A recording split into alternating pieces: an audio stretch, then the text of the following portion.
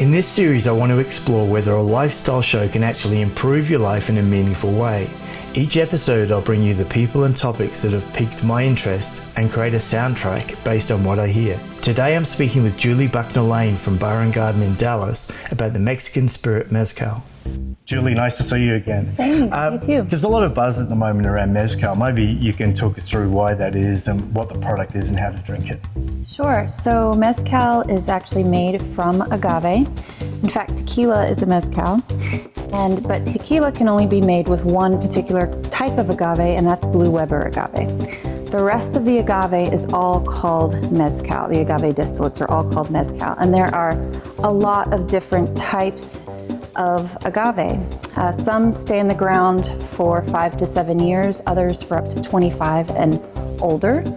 And so when you're entering into the world of Mezcal, you might find some pricier bottles. That's because you're paying for the time that it's spent in the earth.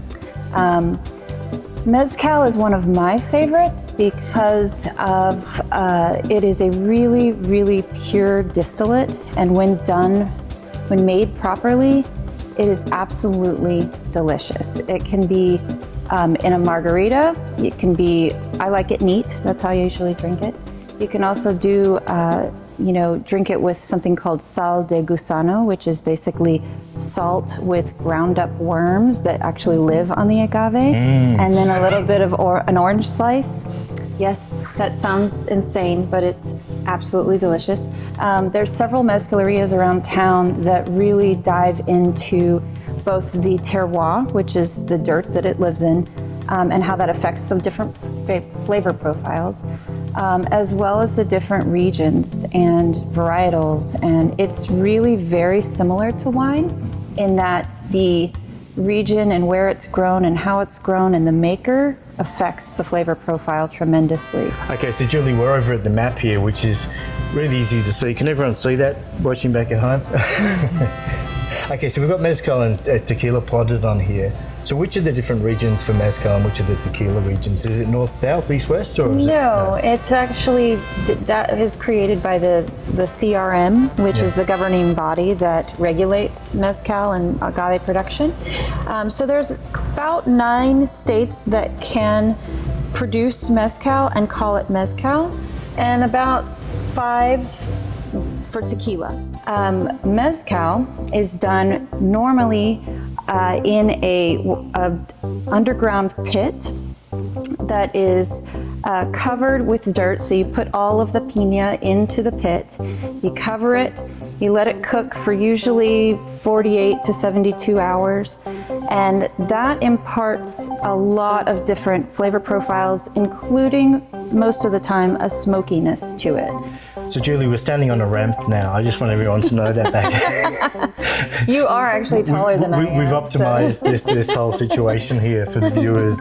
Right, I noticed people, including yourself, get really passionate about this product. Why do you think Mezcal's got such a strong following amongst drink connoisseurs, if I can call it that? Sure. Well, because it is, there's a lot of bourbon heads out there, and Mezcal, there's so much history and artisanal practice within the Mezcal world that is really enchanting and incredibly, it's compelling. It's a really beautiful spirit that is very versatile, that has a ton of history behind it, and made by people that really revere process and history and family. And we went to a producer and I saw all these agave along this very, very steep mountain, and was curious as to how in the world they get them down from there, because they can't be bruised. It affects the flavor profile. They can't be rolled down the mountain. So all of these different aspects of growing, harvesting, distilling are what goes into the cost, what goes into the final product. If ever you get a chance to go down to Oaxaca or Tequila or any of the other Mezcal or tequila producing states, I highly recommend it. We've been several times. It's absolutely amazing. Cheers. Cheers. Very good.